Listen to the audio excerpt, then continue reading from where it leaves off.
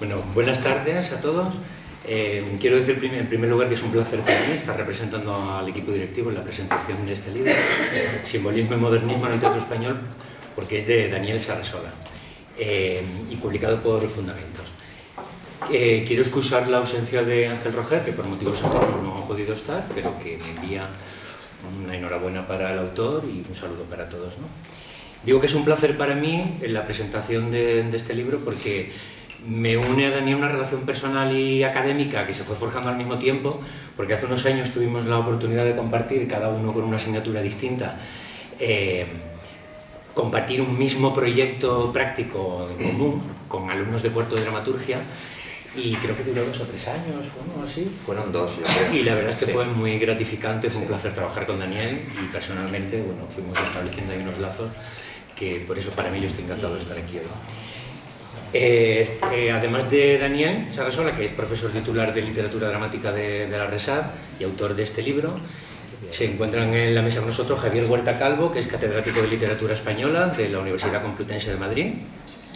Más hacia mi izquierda Juan Serrayer, que es el editor de Fundamentos, y hacia mi derecha Fernando Domènech, profesor de dramaturgia de la RESAD y director de la colección temática RESAD, porque este libro está publicado dentro de las 4 colecciones que componen las ediciones académicas. Está publicado dentro de lo que es la colección temática RESAD, cuyo fin, corrígeme Fernando si me equivoco, es proporcionar los textos fundamentales de la historia del teatro, bien traducidos o bien actualizados, introducidos por una presentación que en este caso corre a cargo de la presentación de Daniel Sarasola, y los textos que ha introducido a partir de Simbolismo y el Modernismo del Teatro Español son obras de José Echegaray, María de la Olejárraga y Gregorio Martínez Sierra, Ramón Gómez de la Serna, Miguel de Unamuno y José Martínez Ruiz Azorín. Le doy la palabra a Fernando Domènech, que además de ser profesor de nuestro claustro, es el director de esta colección temática RESAD. Fernando, como quieras. Muchas gracias, Nacho. Bueno, por supuesto, muchas gracias a todos los que comparten conmigo la mesa y muchísimas gracias al público que abarrota esta sala en unos días en donde es tan difícil encontrar público para algunos actos. Puesto que, bueno, a pesar de que esta mesa está compuesta por personas ilustrísimas de la cultura española, pues no siempre atraen tanto como un programa de televisión. Bueno, yo voy a ser bastante breve porque tenemos con nosotros para hablar del libro a 2 personas que son quienes mejor pueden hablar de él, Daniel Sarasola y Javier Huerta. De manera que yo voy a hablar fundamentalmente de lo que es la biblioteca temática RESAD.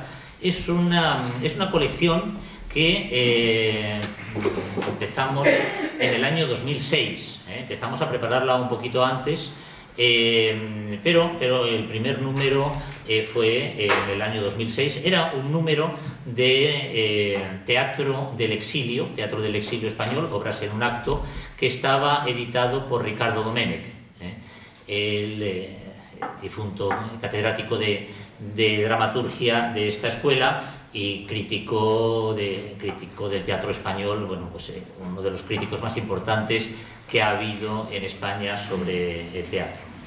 Y ya, como quien no quiere la cosa, ya vamos en fin, ya llevamos 6 años manteniendo una colección que, francamente, pues es una colección que va saliendo, además yo creo que hay números, francamente, bueno, todos son absolutamente estimables, pero que conforman ya un cierto corpus.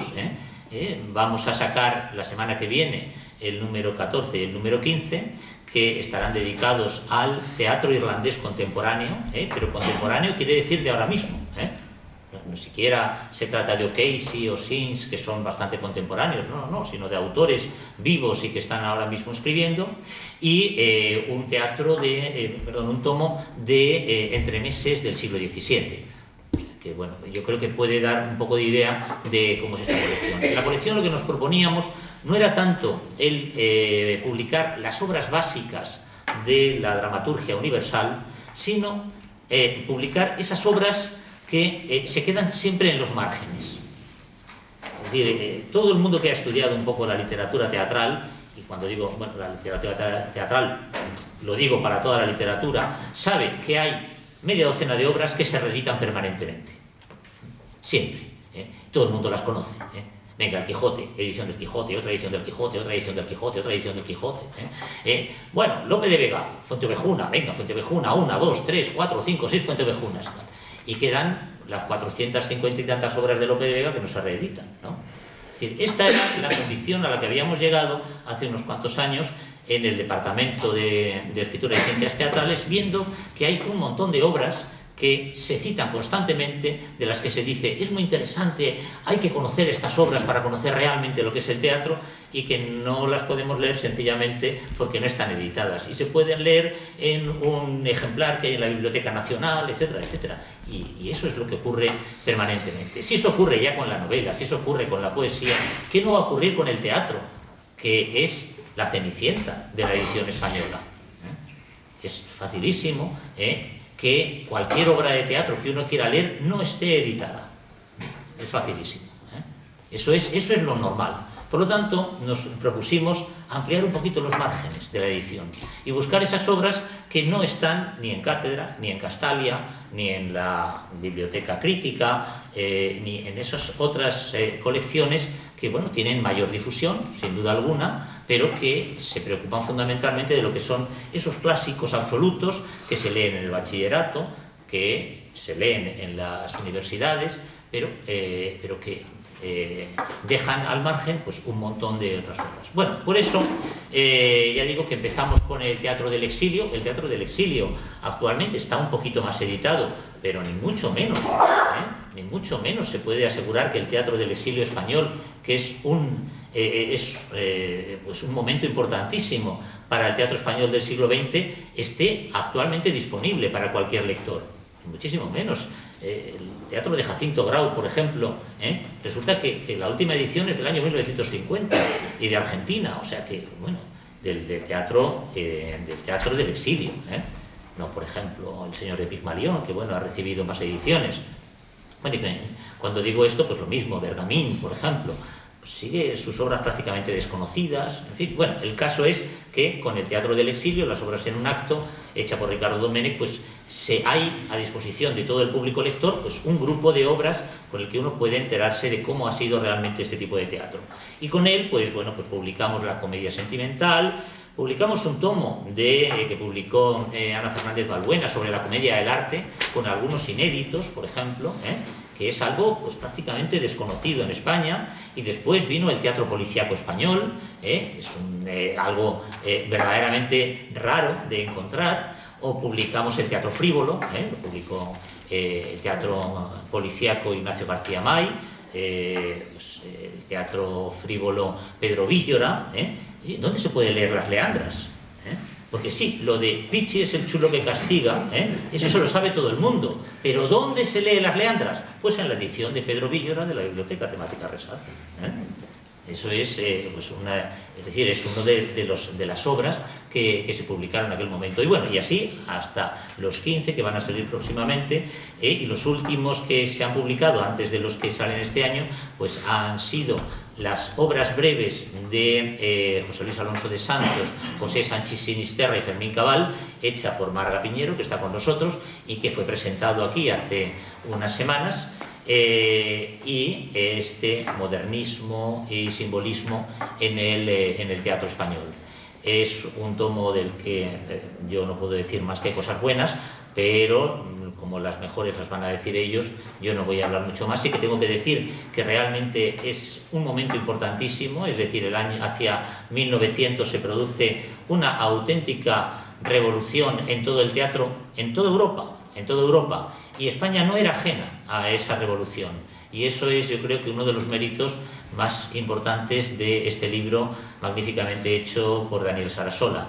Es decir, el mostrar cómo el teatro español, incluso en la escritura de textos, no era, como podemos pensar, pues algo completamente ajeno al desarrollo del teatro europeo, sino que estaba perfectamente integrado dentro de este mundo de la renovación, que era, es verdad, una renovación un tanto marginal, pero que finalmente terminaría imponiéndose como una de las grandes corrientes del siglo XX. Y bueno, pues nada más, mi enhorabuena a Daniel y enhorabuena pues a todos, a la dirección por apoyar esta colección, por supuesto a la editorial Fundamentos, sin cuya colaboración pues nunca podríamos publicar la biblioteca temática, y al Ministerio de Cultura, en este caso Ministerio de Cultura, de Educación, Cultura y Deportes, que bueno, nos ayuda económicamente hasta ahora a publicar esta colección. Muchas gracias, Fernando. Bueno, quiero decir que sí que hay mucho público, teniendo en cuenta además que tenemos las 2 salas programadas a la misma hora, que hemos cogido una hora con la tela, a las 7 todo a la vez. Es verdad. Bueno, quiero decir, antes de dar la palabra a Juan, porque veo que hay alumnos de la escuela, que la editorial Fundamentos colabora con más del 0,7% de sus ingresos para paliar el desequilibrio económico mundial y fomentar el respeto a los derechos humanos, y que además imprime con papel ecológico. Bueno, lo digo porque hay alumnos que conocen, que bueno, a lo mejor no se han fijado en él. Tenemos aquí a Juan Serrayer, que es el editor de Fundamentos, al que le cedo la palabra a Juan cuando quiera. Bueno, muchas gracias por haberme invitado a estar aquí. Muchas gracias por vuestra compañía. A mí me gusta siempre empezar diciendo una cosa que la aprendí de Emeterio, que también está ahí, que ya llevamos 12 años en que las publicaciones de la RESAD las hace Fundamentos. O sea, y 12 años que 2 organizaciones se entiendan es una cosa que no suele ser habitual. Pero por lo menos desde la parte de Fundamentos estamos muy conscientes de lo que nos enriquece nuestra relación con la RESAD. Nos enriquece de 2 formas muy importantes. Una, no me cabe la menor duda, como director de Fundamentos, que la gente de la RESAD sabe mucho más de teatro que yo.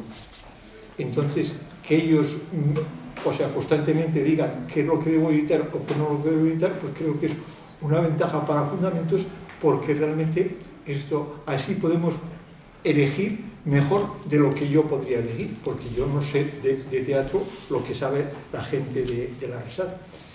Luego, además, hoy en día, que es una editorial, ya sea periódico, sea editor de libros o lo que sea, es una elección. Porque realmente, quiero decir, no sé hasta qué punto conocéis el mundo del libro, pero lo que se escribe es infinito. Entonces, claro, realmente hay que elegir lo que se lee, y lo que se lee es lo que realmente, si es un artículo, lo elige un periódico, y por tanto sabes más o menos por dónde va y la calidad que va a tener, y entonces te metes. Y si es un libro, pues tienes una firma que sabes que lo ha elegido, y que lo ha elegido, digamos, viendo lo anterior, y te das un poco la idea de lo que merece la pena. Entonces, claro, pero Fundamentos lleva 42 años, nació en 1970, que por cierto, el segundo título de una de las colecciones es la teoría teatral, es decir, que desde el principio nos interesó el teatro. Pero uno de los problemas de las pequeñas editoriales es que, claro, tienes que elegir. Y tienes muchas cosas para elegir y te están mandando constantemente. Entonces, el tener a alguien que te elija y que realmente te dé una seguridad de que lo que te elija está bien, para una editorial como la nuestra, pequeña, a pesar de que llevamos 42 años y tenemos 1000 títulos, pues es realmente un favor inconmensurable. Desde dentro se nota, aunque desde fuera no se nota tanto. Ahora, por ejemplo, hemos hecho otra cosa, en base a nuestra experiencia con la RESAD. Con el Instituto de Estudios Feministas hemos llegado a un acuerdo para hacer una colección con ellos, que hemos sacado ya pues como unos 10 títulos, y llevamos, pues este año será el segundo, que esperemos también que pase como con la RESAD y pasemos de los 12 años que ya llevamos con la RESAD. Para hablar, yo creo que con eso lo que he pretendido es un poco poner en contexto las relaciones de la RESAD con Fundamentos, y dentro de ese contexto este libro. Pero yo creo que las cosas que ha dicho Fernando están muy bien, y además, cuando se empezó a tener la idea, tuvimos una reunión, Fernando, Emeterio y unos cuantos, y yo la verdad es que enseguida cogí el anuncio de la creación de esta colección con mucho entusiasmo. Pero a mí lo que me gusta es lo que viene aquí y entonces, si no os importa, lo voy a leer. La historia del teatro está llena de obras amenas, brillantes, divertidas o profundas que no han llegado a convertirse en clásicos de primera línea. Estudiadas en los manuales de literatura, rara vez editadas y apenas representadas, estas obras han quedado muchas veces ocultas para el público al no existir una edición moderna. La biblioteca temática Rexach se propone llenar este vacío con volúmenes que recojan textos con un criterio temático para ofrecer una visión amplia de ciertos movimientos, estilos o temas que son hoy el patrimonio de los especialistas. Es decir, cuando me dijeron esto, pues realmente creo que otra de las cosas que debe ser una editorial, que es un medio entre una empresa y el público para que el público pueda tener más posibilidades, pues realmente, o sea, como intermediarios culturales, yo creo que con esto cumplíamos totalmente y por eso entramos en esto realmente con ilusión. Y bueno, y la ilusión todavía nos dura y por eso seguimos publicando y no solamente no hemos disminuido la velocidad, sino que digamos que esto más bien la estamos aumentando. Bueno, pues yo con esto... Muchas gracias. Muchas gracias por la colaboración que establece esta editorial con la escuela desde hace tantos años. Quiero deciros que disponemos de ejemplares ahí, que cuando termine el acto pueden adquirirlos. Que me ha especificado Juan que lo diga. Y luego firmarlos el autor, que eso está claro. Y nos firman el autor. Bueno, pues sin más le cedo la palabra a Javier Huerta Calvo, catedrático de Literatura Española. Como quiera, Javier. Muchas gracias, Nacho. Buenas tardes. Para cualquier amante del teatro, el nombre de la editorial Fundamentos yo creo que es algo que lo tenemos ahí. Yo no sabía desde que hace 40 años, pero efectivamente yo creo que tengo algún libro de hace 40 años. Por cierto que ahora editáis bastante mejor, porque los libros que tengo están, algunos de ellos, nada más que se abrían. He comprobado, lo he abierto varias veces y no se rompe, ¿no? Pero tengo algunos, sobre todo aquella colección Espiral, que era extraordinaria, excelente, ¿no? Y bueno, pues yo creo que, como decía, a quienes nos interesa el teatro, no solamente como espectáculo, sino también como literatura dramática, pues la verdad es que tenemos que estar más que agradecidos a la editorial Fundamentos. Casi es un milagro que haya una editorial dedicada al teatro, ¿no? Como es esta, ¿no?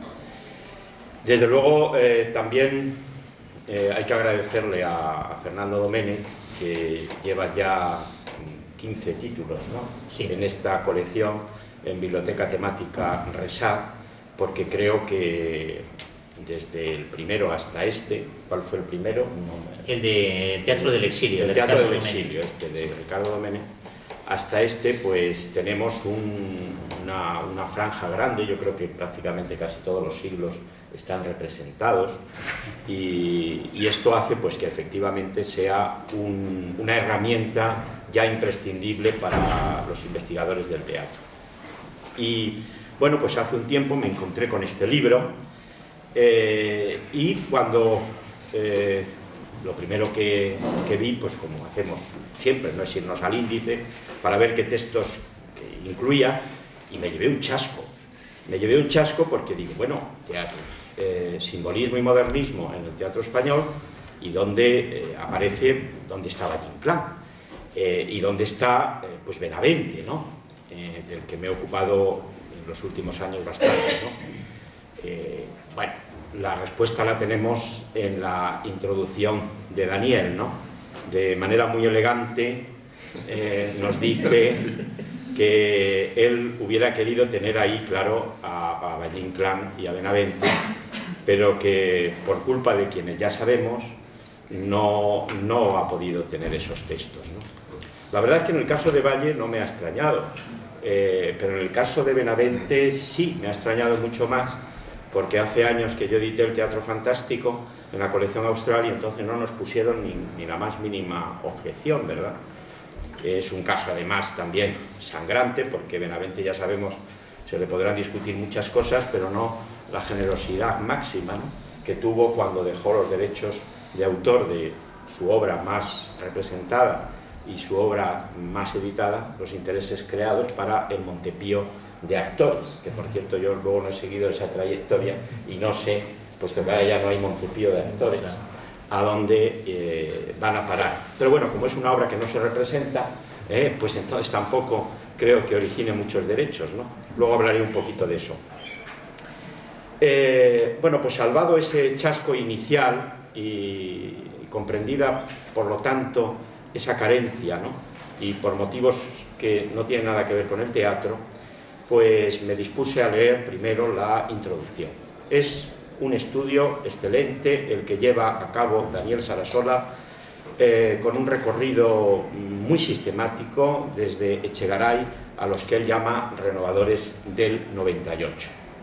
Y además comienza muy bien, porque comienza situando, contextualizando muy bien la poética de los textos que aquí incluye, porque la primera cita bibliográfica que hace él en la página 9, en la primera de su estudio, es de uno de mis maestros predilectos, Ricardo Gullón, fallecido justamente un año después de este libro que él cita aquí, Direcciones del Modernismo, de Alianza en 1990, porque Gullón fue uno de los pocos que tuvo clara desde un primer momento la idea del modernismo, lo que era el modernismo. Frente a lo que aquí se decía por parte de la secta crítico-literaria, ¿no?, encabezada por Guillermo Díaz Plaja, que oponía de una manera absolutamente maniquea y muy absurda modernismo frente a 98, es el título de uno de sus ensayos, pero de una manera absolutamente maniquea, injustificada, ¿verdad? A veces con oposiciones o contrastes tan absurdos como aquel que decía que la literatura del 98 era una literatura caracterizada fundamentalmente por la virilidad y, en cambio, a los autores modernistas poco menos que eran maricones. Entonces, claro, aquello... Era profesor de esta casa, Era, bueno, sí, oye, luego yo estudié en alguno de sus manuales y he de decir que no era, don Guillermo no era ningún cualquiera, ¿no? Sino que simplemente pues había adoptado la mecánica, ¿verdad? Que en realidad aquello había sido abierto por Azorín, ¿no? Con aquello del 98 y ya de repente pues se enfrentaban dos cosas que ni mucho menos estaban enfrentadas. Claro, Gullón, ¿por qué es el primer crítico español que se da cuenta de que no se pueden oponer modernismo y 98? Porque es absurdo, es como comparar dos cosas que no tienen nada que ver. Incluso en el artículo de Azorín, pues se incluyen dentro del 98 modernistas que después escapan de ese término. Por ejemplo, Manuel Machado, al que siempre se le oponía, bueno, esto estaba como dos hermanos enfrentados, pues bueno, Antonio sería el representante del 98ismo máximo y Manuel, pues el del modernismo más superficial y frívolo. Bueno, pues Manuel Machado es el primero que ya en 1900 trata el tema de Castilla, 12 años antes que su hermano, ya en el famoso poema Castilla, aquel de por la llanura, polvo, sudor y hierro, ¿verdad? Sí. Por la terrible estepa castellana en Cintaballa, ¿no? Bueno, entonces, ¿por qué les decía que Ricardo Gullón tuvo esta percepción tan inteligente del problema? Pues porque, entre otras cosas, había sido alumno, tuvo la suerte, nada menos, que de seguir las clases y las conferencias que en Puerto Rico en los años 50 estaba dando allí Juan Ramón Jiménez. Claro. Entonces, eso que luego fue a parar a un libro que recientemente ha editado Jorge Urrutia, ¿no? Notas sobre el modernismo, pues le permitió a Gullón las muchas horas de conversación que tuvo con el gran poeta, pues tener enseguida clara la idea de lo que era el modernismo, ¿no? El modernismo como ese movimiento general, con J, como decía, como escribía Juan Ramón, y que tenía, según él, dos vertientes, la vertiente parnasiana y la vertiente simbolista. Naturalmente, Juan Ramón Jiménez pues estaba más volcado hacia la vertiente simbolista, era la que le parecía que tenía una permanencia mayor, aquella incluso que él decía que venía de nuestra, no de los simbolistas franceses, sino de los simbolistas españoles, de los primeros, ¿no? Y entre ellos, claro, San Juan de la Cruz y luego Becker.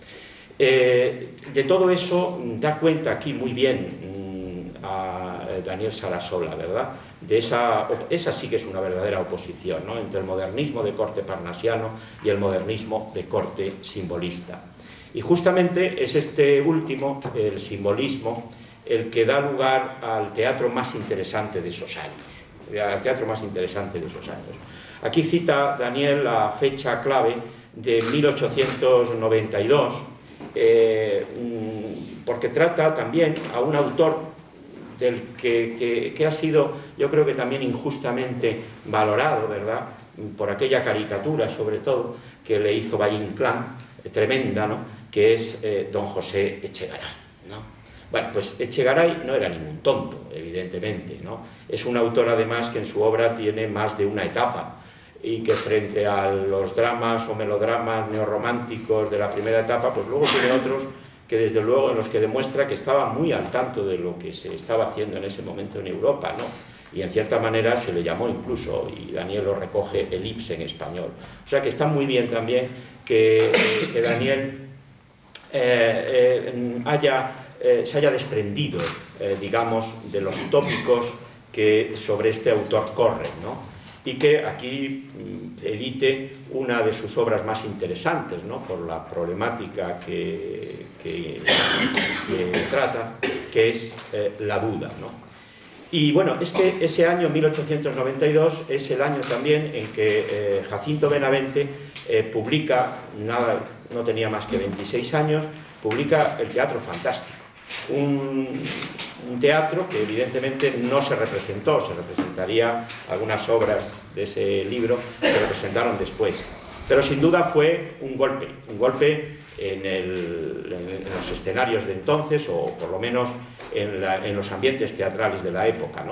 Porque frente al realismo rampante, el realismo naturalista, también está muy bien, aquí yo creo el encuadre que hace Daniel,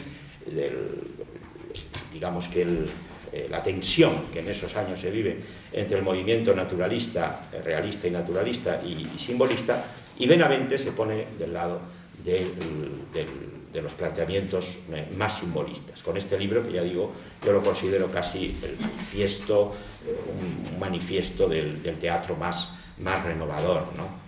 En este sentido, hace también muy bien Daniel en recuperar esa entrevista que José Monleón le hiciera a José Bergamín, y en la que Bergamín, que fue un hombre que quizá como creador yo creo que no fue tan interesante como ensayista, un ensayista notabilísimo, un hombre que tenía además una conciencia muy clara de lo que había sido la evolución del teatro en todo finales del XIX, bueno, y conocía muy bien además el barroco y el XX, ¿no? Y bueno, en esa entrevista Bergamín yo creo que deja también muy en su lugar el puesto, el papel, el relevante de Jacinto Benavente. Solo hay una cosa que no estoy de acuerdo con él, cuando afirma de que Galdós es mejor dramaturgo que Benavente. Yo no lo creo, sinceramente, ¿no? Las obras de Galdós, pues la verdad es que son obras construidas con una técnica, yo creo que no moderna. Y sin embargo las de Benavente sí, sobre todo tienen eso que llaman los teatreros, una carpintería teatral muy sólida. Pero en fin, el caso es que a Benavente no lo tenemos aquí, no tenemos ninguno de esos textos maravillosos, extraordinarios, de teatro fantástico, donde ya, además, lo que hace Benavente es anticipar lo que van a hacer luego los dramaturgos más renovadores, ¿no? El mencionado Grau, por Fernando, Valle-Inclán, por supuesto, Casona y García Lorca, porque ahí está la recuperación de la farsa, la recuperación de las esencias más festivas y lúdicas del teatro, en un momento en que al teatro se le quiere convertir también en una especie de púlpito laico para introducir mensajes ideológicos de uno u otro signo, la recuperación de la comedia del arte, que está ahí como en el simbolismo realmente resulta casi la clave, ¿verdad?, para entender la recuperación de figuras como Pierrot, la recuperación del teatro de títeres, del teatro de muñecos, bueno, pues está ahí en Benavente, ¿no? Y además una poética del mundo, no ya una poética teatral, sino una poética del mundo que es verdaderamente la que después va a ser potenciada hasta extremos de una calidad realmente increíble por Valle-Inclán y García Lorca, ¿no? En esa poética del mundo Benavente también se anticipa, ¿no? Incluye pues un tema en ese momento tan escabroso como es el de la homosexualidad, el homoerotismo. Sus lecturas en esto de Shakespeare son las primeras que en España se hacen de una manera absolutamente moderna, nueva, renovada. Y bueno, y ahí está esa tensión en la que luego se movió Benavente, que ciertamente en él, yo creo que por eso su dramaturgia hoy no tiene tanto peso, se movió entre lo que podríamos llamar la clave simbolista que estudia Daniel y la clave realista más comercial, que fue la que al final se impuso en él. Aunque de todas maneras hasta sus últimos tiempos mantuvo esa clave, ¿no? Con títulos como Titania, anteriormente La noche iluminada, El bufón de Hamlet, títulos que nos hablan de que en realidad a Benavente le hubiera gustado seguir indagando en esa línea, ¿no? En la que también pues, tenemos ahí esa obra maestra del teatro español contemporáneo, que es Los intereses creados. Por cierto, con gran vergüenza yo creo que la profesión en 1907 no tuvo ni siquiera la iniciativa de estrenar esta obra, ¿no? De estrenarla además con criterios nuevos, en 2007. En 2007, en 1907 tuvo el éxito que todos sabemos que tuvo, ¿no? Además aquello de Benavente, ya saben que esa gracia que él tuvo para legar los derechos de la obra a los actores vino dada porque los actores que estrenaron la obra se pagaron de su propio peculio los vestidos, el vestuario que el empresario del Teatro Lara no les quiso pagar, tan solo dijo que iba a pagar el vestuario del personaje de Leandro, que interpretó una actriz, ¿no? Clotilde Domus, ¿no? Y entonces quizá por eso, por el éxito que tuvo, luego dejó los derechos a los actores, ¿no? Bueno, esa poética simbolista de Jacinto Benavente, que también se expresa muy bien en un artículo que él publica en El Imparcial y que luego va a parar a un libro también extraordinario que es El Teatro del Pueblo. Y en ese Teatro del Pueblo incluye este artículo que se llama El Teatro de los Poetas. A mí me parece que ese título es el que en gran parte explica lo que tienen ustedes aquí en este libro. El Teatro de los Poetas. Poetas les llama Benavente, os llamo a que vengáis a la escena española para renovar la escena española que está tan invadida o tan determinada por lo prosaico, por lo prosaico. Y los poetas le hacen caso, pues sí y no, pero realmente ahí hay un momento en que efectivamente son bastantes los que van a hacer este teatro poético. Teatro poético que no solamente es en verso, teatro poético en prosa. Aquí tenemos varios ejemplos de teatro poético en prosa, que es una de las modalidades, una de las corrientes más importantes de esa época, ¿no? Marquina, por ejemplo, pues se decantó por el teatro en verso, pero otros autores como los Martínez Sierra, por cierto hace muy bien Daniel Sarasola en reivindicar la figura de quien le escribía las obras a don Gregorio, ¿no?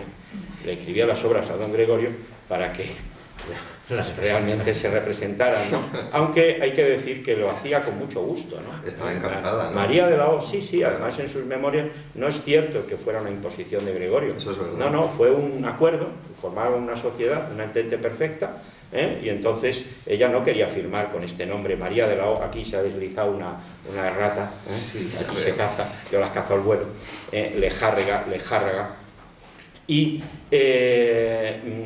después, fíjense ustedes que incluso después se divorcian, se separan, ¿no? Cuando Gregorio pues se lía con la primera actriz de su compañía, ¿no? Con Catalina Bárcena. Pero a pesar de eso sigue colaborando, sigue ella escribiendo las obras y él las firma, e incluso él se muere y bueno, y ella sigue, ya, en fin, ya era el colmo que hubiera seguido firmando por Gregorio, ¿no? Como hacía Serafín con su hermano Joaquín cuando se murió, pero realmente ella firma no María de la Orejara, sino María Martínez Sierra, María Martínez Sierra, es decir, hasta qué punto ella respetaba esos apellidos que les habían otorgado pues, un papel bastante relevante, ¿no? En estos momentos. Y aquí Daniel incluye una de las piezas del teatro de ensueño, el ensueño, otra palabra clave de la poética simbolista y sobre todo del teatro, ¿no? Recordemos la comedia de ensueño, la tragedia de ensueño, que es probable que Daniel tenía la intención, sí, ¿verdad? Sí, imagino ahí, de incluirlas. Y que yo verdaderamente no entiendo, ¿verdad? Por esta voracidad de los herederos que ostentan los derechos de autor, porque qué mejor que la obra de un autor como Valle Inclán pues se difunda no solamente en obras completas, sino en antologías también establecidas como esta, ¿no? Después Daniel incluye, además de esta obra de Martínez Sierra y de la ya mencionada de Echegaray, pues dos piezas de Ramón Gómez de la Serna, al que con razón llama autor maldito, porque realmente poco de él se pudo ver en la época, y que es un autor pues, que efectivamente es muy importante en todos los géneros, también en el teatro. La venda de don Miguel de Unamuno, y la trilogía de lo invisible de Azorín, ¿no? Y con esto realmente pues cubre muy bien, creo, se podría haber incluido hay otros muchos autores que son menos conocidos y se podrían haber incluido, pero él ha optado por escoger las grandes figuras, y en este sentido yo pues, le felicito muy efusivamente por esta idea de compilar algunas de las mejores obras del teatro simbolista y modernista español. También le felicito porque, frente a lo que suele ser habitual en la crítica académica, no ha puesto muchas notas. Y además, las notas que ha puesto son las esenciales. Y además de esa esencialidad, son notas escuetas. Y son notas que para nada interrumpen la lectura de las obras, sino que son notas que nos van dando un poco la guía de lo que la obra es, del mundo poético de la obra. Nos ayudan a entender mucho el significado de algunas frases que en principio podrían parecer inocuas y que sin embargo pues tienen un sentido en el marco de esta poética simbolista de la que hemos hablado, ¿no? Por ejemplo, cuando doña Andrea le dice a don Leandro, en la duda, bien se conoce que habéis estado en el jardín, que traéis rosas en las mejillas, y ella le contesta, es verdad, de todo hay, rosas en las mejillas y nieve en la frente. Anota Daniel del siguiente modo: el lenguaje de las flores y los elementos de la naturaleza para transmitir estados de ánimo y emociones de los personajes es un tópico muy transitado en el teatro simbolista europeo, especialmente en el de Maurice Maeterlinck. Claro, aquí aparece el nombre de Maeterlinck, al que él dedica también páginas estupendas en su estudio preliminar, y aparece el lenguaje de las flores. Y claro, ahí ya tenemos a doña Rosita, ¿verdad? La Rosita lorquiana. Y después habla de la caza y del espejo y de otros muchos símbolos, la carta, etc. De modo que, en este sentido, también las notas cumplen el fin que deben cumplir, que no es el lucimiento del anotador o del comentarista, ¿verdad?, que a veces escribe, y en esas colecciones que ha citado antes Fernando, pues tenemos a veces notas que son superiores en extensión al propio texto. Es decir, que ya del texto no da ni para poner una línea, ¿no? Y ya no sabe uno. Yo me he desesperado muchas veces. Recuerdo que una vez yo había aconsejado a los estudiantes, no diré quién es el editor de la edición, ¿verdad?, pero la Lozana Andaluza, y llegó un momento en que me desesperé.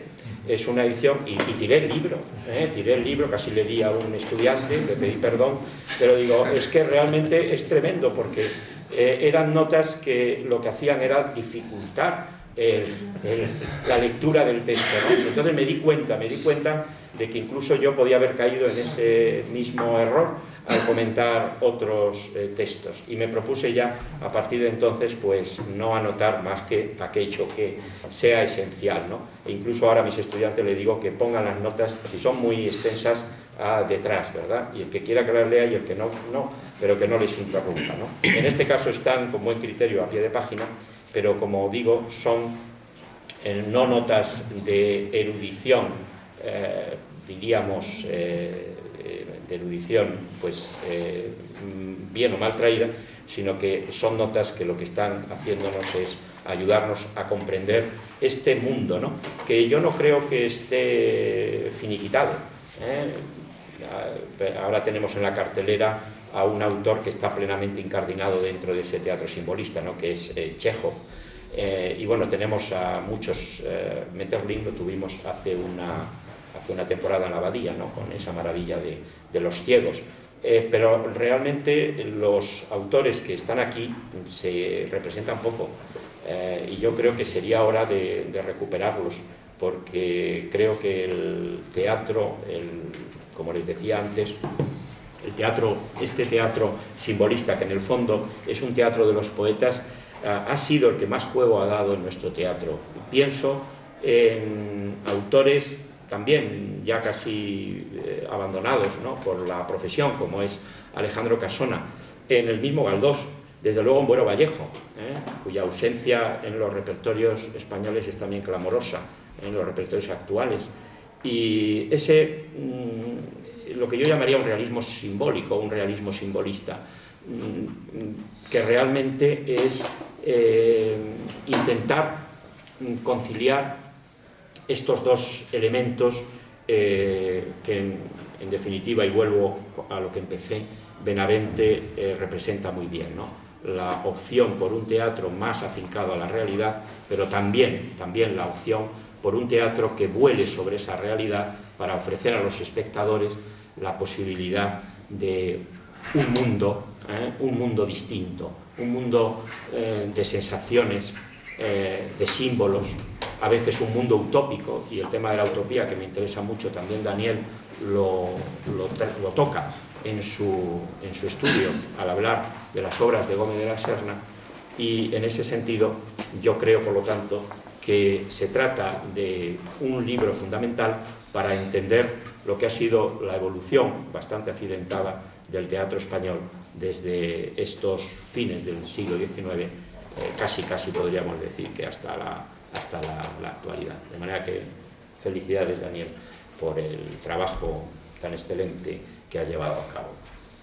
Muchas gracias, Javier. Bueno, pues vamos a cerrar la ronda con la voz de... Bueno, lo mismo. Bueno, yo, nada, estoy encantado de estar aquí presentando este libro, y estoy muy contento, primero, que esté Nacho Sevilla aquí, que es del equipo directivo, es de la jefatura de producción, que es un buen amigo, con el que me entiendo muy bien, con el que he colaborado en muchas cosas, y me alegro que haya sido él el que haya venido en nombre del equipo directivo a presentar este acto. Y Juan, que que lleva mucho tiempo trabajando con la RESAD y haciendo que esta colección y muchas otras pues sean fértiles y den libros estupendos, y que yo creo que es una labor estupenda. Y a Fernando, que además de ser colega y amigo, es además el director de la colección que me encargó este libro, y que tengo que agradecerle sobre todo su generosidad intelectual, ¿no? Sobre todo, y de todo tipo de generosidades, pero la generosidad intelectual, que escasea bastante, pues Fernando es una de esas personas que siempre está dispuesto a impulsar proyectos, a compartir cosas, a estimular la creación, es como... me parece estupendo. Entonces yo le agradezco que haya confiado en mí para este libro, y que tuvimos muchos problemas, que voy a contar ahora, de cómo se ha ido elaborando el libro y por qué al final las obras son las que son y no las que pensábamos que iban a ir primero, etc. Pero vamos, en cualquier caso, él siempre me dejó una libertad total y el entendimiento ha sido estupendo. Y luego Javier Huerta Calvo, que yo admiro mucho sus trabajos, sé que es un hombre muy ocupado, que además es director del Instituto de Teatro de Madrid, que exige mucho esfuerzo, que está en muchas partes y que ha tenido la gentileza de presentar el libro, y que además hay muchos trabajos suyos que yo admiro mucho, ¿no? Y que en concreto, bueno, hay muchos, pero desde luego uno que no es solo obra suya, pero que es el director de una magna historia del teatro español publicada en la editorial Gredos, que es un instrumento de trabajo para todos nosotros importantísimo ya, y es una referencia, yo creo, porque yo creo que es la primera historia del teatro español que conjuga de alguna forma todo lo que es la literatura dramática y el mundo académico con la práctica teatral, escénica, de directores, actores, planteamientos escenográficos, etcétera, por igual, ¿no? Y que le da la misma importancia y que concibe, digamos, la literatura dramática, bueno, no, digamos, divorciada de la práctica escénica, que es como hasta ahora en todos los manuales de literatura española, yo creo que ha habido muy pocos, ¿no?, que tengan ese planteamiento así tan completo y tan estupendo, con toda una serie de bibliografía sobre los actores de la época, las compañías, las formas de hacer, de interpretar. Evidentemente él es el director de esta obra en la que han colaborado muchísimos especialistas de todas partes, entre ellos Fernando, por ejemplo, que se ha ocupado del siglo XVIII, y bueno, y muchos otros estudiosos hispanistas de todas partes, que es lo mejor que hay, y yo creo que es una obra fantástica que a mí, por lo menos, me sirve muchísimo en mis clases, y que, bueno, pues que era hora que hubiera algo así, ¿no? Y bueno, agradezco sus palabras también por el libro, por la generosidad que ha mostrado, ¿no?, al hablar del libro. Bueno, yo también quería agradeceros a todos los que estáis aquí en esta tarde tan calurosa y que habéis de pronto venido a este acto, a esta presentación del libro, en concreto a muchos alumnos bueno, o algunos alumnos, no sé si muchos, pero sí que algunos que hay, que sobre todo porque este libro en primer lugar es para vosotros, y es un libro que rescata textos que muchas veces hablamos en clase y de los que no se podían leer hasta ahora, o que había que buscarlos en otros sitios, ¿no? Y que, como decía Fernando, esta es un poco la iniciativa fundamental de esta colección, y que por tanto sobre todo es una colección dirigida a los alumnos, ¿no? Y bueno, pues para vosotros es este libro, desde luego, en primer lugar. Luego también agradecer la presencia de algunos colegas del departamento, compañeros que están por ahí, que como siempre están aquí, que les agradezco que estén, y a muchos amigos que han venido de fuera de la escuela sacrificando su tiempo de ocio y metiéndose aquí en esta sauna pequeña que tenemos hoy y tal, pero bueno, a todos. Bueno, yo también quería decir una cosa curiosa, porque este libro está dedicado, yo solo soy el antólogo y el que ha hecho la edición, no soy el autor de los textos, pero me he permitido hacer una dedicatoria que me pareció que tenía mucho sentido, para mí la tiene desde luego, y quería evocar un poco la figura de la persona a la que va dedicada este libro, que insisto, quizá es una osadía por mi parte porque yo no soy el autor de las obras, soy el autor de la edición. Pero en cualquier caso, este libro yo lo he dedicado a Moisés Pérez Coterillo, que era un gran crítico teatral, que además impulsó proyectos importantes dentro del teatro español contemporáneo, que ha sido una persona importante, creo, dentro del panorama del teatro español en los últimos 50 años, y que fue fundador de una revista tan importante durante los finales de los 60 y toda la primera parte de los 70, como fue Pipirijaina, que dio voz a muchos autores españoles importantes en ese momento, que no encontraban realmente, bueno, un vehículo donde expresarse y donde publicar sus textos, que son autores de la generación realista, compañeros de la generación de Buero, algunos como Sastre, algunos como Martín Recuerda, pero sobre todo que dio más voz a la generación posterior, ¿no?, la generación esa llamada del nuevo teatro, o nuevo teatro de vanguardia, entre los que los representantes más importantes y más conocidos, no más importantes, pero sí más conocidos, son Francisco Nieva o Fernando Arrabal, que por otro lado son dos grandes figuras que indudablemente son los que más han trascendido después, pero que había, y que sigue habiendo, porque siguen existiendo estos autores, gente tan importante como Romero Esteo, como Jerónimo López Mozo, como muchos otros, ¿no?, que Luis Riaza, Luis Matilla, Ángel García Pindado, en fin, muchos autores que pertenecían un poco a esa generación de la creación colectiva, del teatro independiente de los años 70, que se pensaba que una vez que llegara la democracia se iban a normalizar en las carteleras, iban a aparecer, y que han permanecido olvidados, bastante olvidados, ¿no? Y que creo que injustamente, porque creo que eran buenos autores. Yo me acuerdo que empecé aficionándome al teatro leyendo la revista Primer Acto, desde luego, pero también Pipirijaina, y entonces, curiosamente, los primeros autores así españoles contemporáneos que yo leía eran estos autores, que me interesaron mucho y que todavía me siguen interesando muchos de ellos, ¿no? Y que muchos además son herederos, yo creo, de planteamientos que el simbolismo recoge, o que lanza, que se desarrollan después de otras maneras, evidentemente.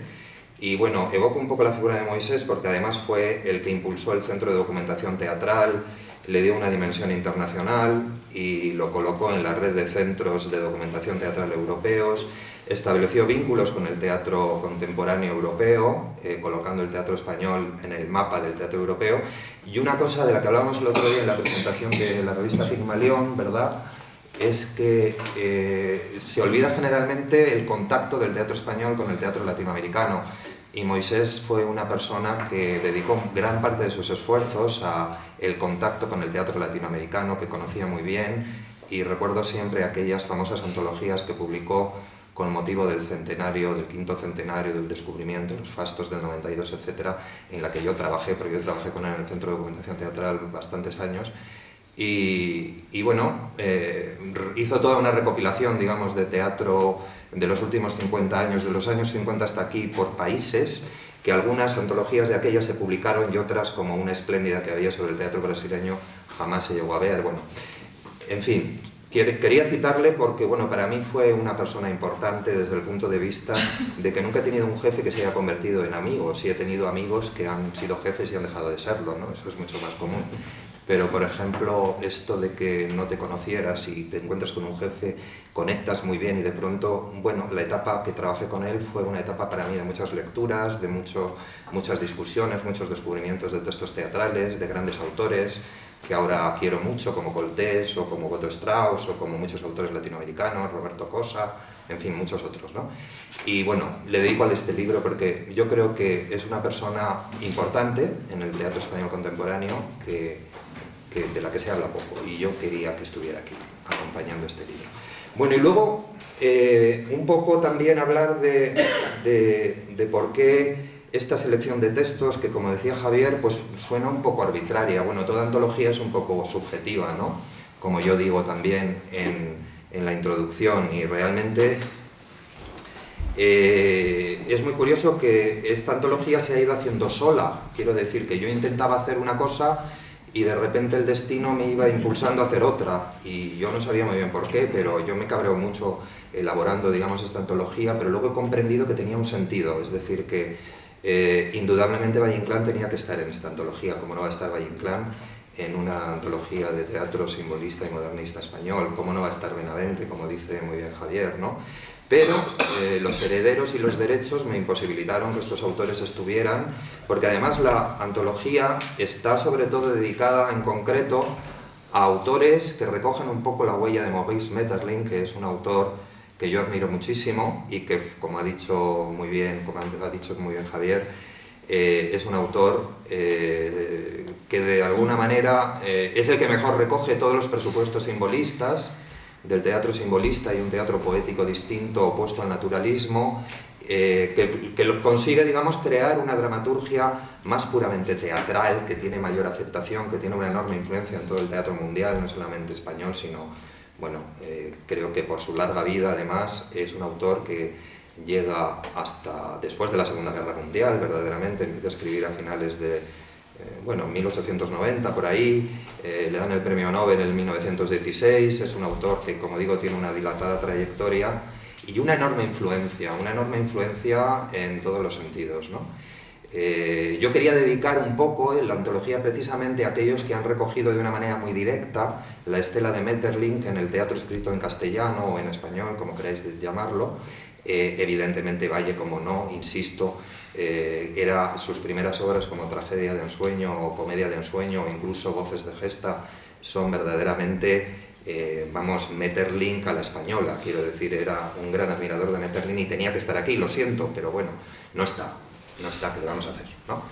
Tampoco está Benavente, verdaderamente. Bueno, pero están otros que además han ido apareciendo de una manera casi mágica, como si la mano de Maeterlinck me fuera llevando un poco a algunas cosas, ¿no? Porque este teatro de Maeterlinck, que juega un poco con la situación, que prescinde de la acción y que se basa un poco, o que establece un poco esa cuestión que ahora nos parece tan moderna del texto partitura, ¿no?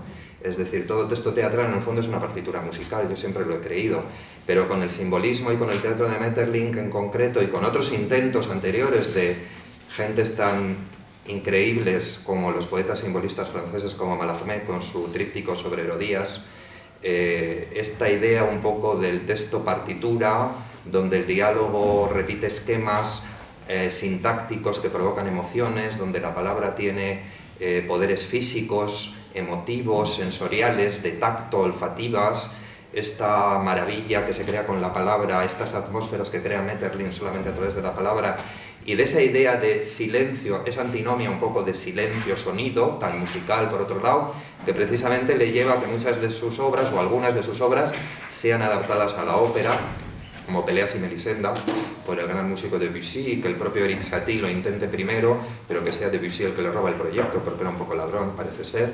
Eran muy amigos, por cierto.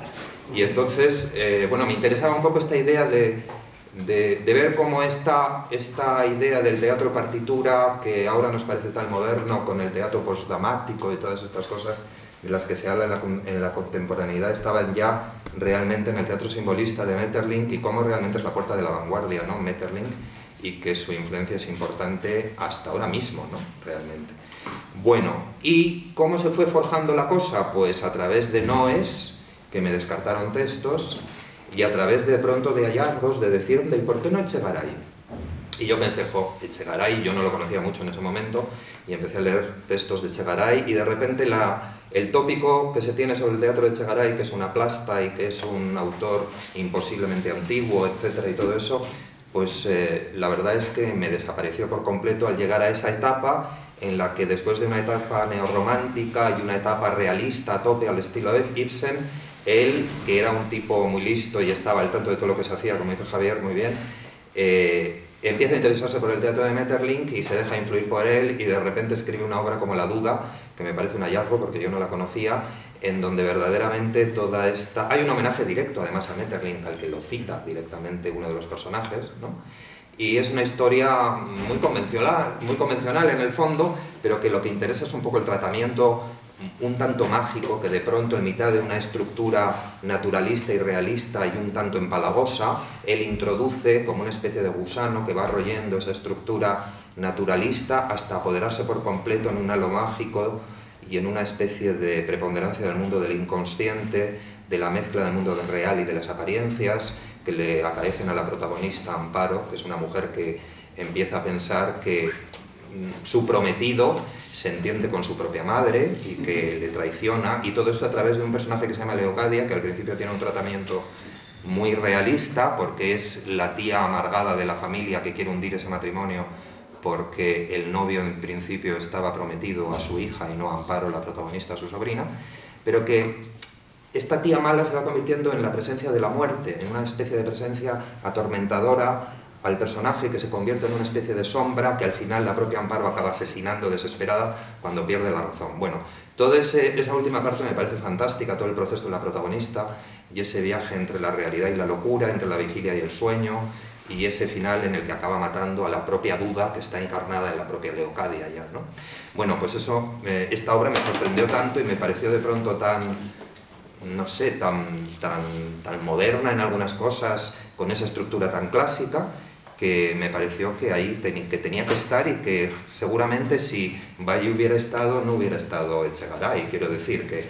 Y de pronto, bueno, todas las piezas de las que ha hablado Javier tienen ese tema obsesivo, con diferente tratamiento, que es el tema de la muerte, que es un tema muy obsesivo para el teatro de Maeterlinck, la muerte como una fuerza extraña que se apodera de los personajes, que llega sin saber, que se apodera, que se le lleva a las personas, etc., que está muy presente en sus obras cortas iniciales como La intrusa, Interior, La muerte de Titán Giles, muchas otras, ¿no?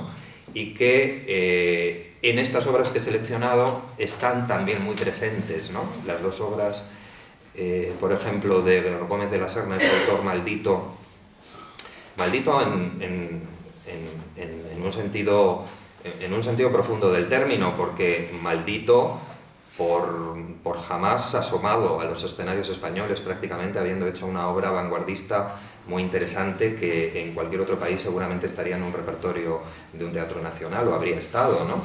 Pero bueno, he seleccionado precisamente una obrita que se llama Desolación, que es muy mimética realmente de interior de esa obra de Maeterlinck, de unos personajes que están observando por la ventana de su casa a una moribunda en otra casa, y que aquí de alguna manera se recoge esa estructura pero se moderniza, y los que observan precisamente la muerte, digamos, o la enfermedad que conduce a la muerte de ese personaje son una niña que se llama Solita y una especie de nurse que tiene, británica, que se llama Dory, que está enamorada del que está muriendo en el otro lado, y entonces a través de esa experiencia de la contemplación de la muerte y la descripción muy al estilo de Maeterlinck, el personaje de la niña pasa, digamos, de la infancia a la adolescencia, a la madurez casi con esta experiencia. Bueno, me parece un texto muy curioso, muy meterlickiano en todo eso. Y luego Siempre Viva, que es también un texto mucho más coral, en el que todo se centra en la muerte de una mujer y en el hueco que deja en la vida de todos los que le rodean, de su marido, de su amante, de sus amigos, y todos hablan de ella. Bueno, esa obsesión por la muerte que también aparece en el texto de Miguel de Unamuno, La Venda, que es una pieza muy breve y muy extraña, donde se pasa directamente ya a lo alegórico, y donde este personaje de María, que es una ciega operada, que ha recuperado la vista, pero que decide no ver para mejor encontrar el camino. Hay que tener en cuenta que tiene un sentido muy religioso esta obra, como gran parte del teatro de Unamuno, que es producto un poco de sus crisis religiosas con el catolicismo, etc. Bueno, pero construye una pieza alegórica maravillosa donde el tema de la muerte también está muy presente, y se cierra con ese tríptico en donde la muerte ya no es una presencia, digamos, una energía extraña que se apodera de los personajes o que se lleva a los seres humanos, sino que se materializa como personaje en la trilogía de Azorín, que se llama Lo Invisible sería la muerte, pero que en el prólogo de esta trilogía está encarnada en un personaje que se llama La Señora, que habla con la actriz, que va a representar las otras tres piezas breves que componen el tríptico, el papel protagonista femenino de esas tres piezas, y habla de cómo es ella, de cómo es la muerte, de la osadía de escribir sobre la muerte, y en un estilo muy pirandeliano discute incluso con el autor, que es el propio autor, se supone el propio Azorín. Y luego todas las piezas breves que vienen a continuación tienen como tema central pues la muerte de alguien, indudablemente, una enclavada en un teatro de carácter un poco más burgués, como es La arañita en el espejo, de una mujer que espera el regreso de su marido, que se ha ido a la guerra de África, pensando que ella, que es enfermiza, de naturaleza enfermiza, no va a aguantar la espera y va a morir antes, y cuando en realidad quien muere es él, y le llega la noticia de que ha muerto y tal, y nunca vuelve. O El segador, que juega un poco con un teatro más rural, costumbrista, donde el personaje de María, que es una mujer viuda que vive en una casa en un pueblo rural, es de alguna manera asediada por dos vecinos labriegos que la obligan, o la quieren obligar a vender sus tierras, vendiéndole leyendas de un segador que es una especie de muerte que lleva a la puerta y se lleva a los niños recién nacidos como el suyo. Bueno, y termina con una especie de obra mucho más surrealista de una enferma que va a un hospital y realmente se encuentra con que se encuentra en un espacio cerrado, que ya tiene todos los tópicos del teatro del absurdo e incluso surrealistas, de lucha con el espacio, de personajes que son personajes alegóricos, y que va a asistir a su propia muerte, ¿no? Bueno, por tanto, la muerte unifica un poco este libro, y yo me alegro un poco que Maeterlinck me haya ido de alguna manera dirigiendo, porque yo creo que ha quedado bastante redondo, ¿no? Porque es una dramatización de la muerte desde diferentes puntos de vista, ¿no? Que, como digo, era un tema verdaderamente obsesivo del teatro de Maeterlinck y de muchos otros autores simbolistas de expresión francesa, ¿no? Bueno, y yo no tengo mucho más que decir. Tengo que decir, sí, que estoy encantado de que este libro haya salido a la luz, que no quiero aburriros mucho más, y que me encanta que estéis aquí celebrándolo conmigo, y que a lo mejor incluso nos podemos tomar un vino en un momento dado, como enseguida, quizá. Pues eso es. Muchas gracias por venir a todos.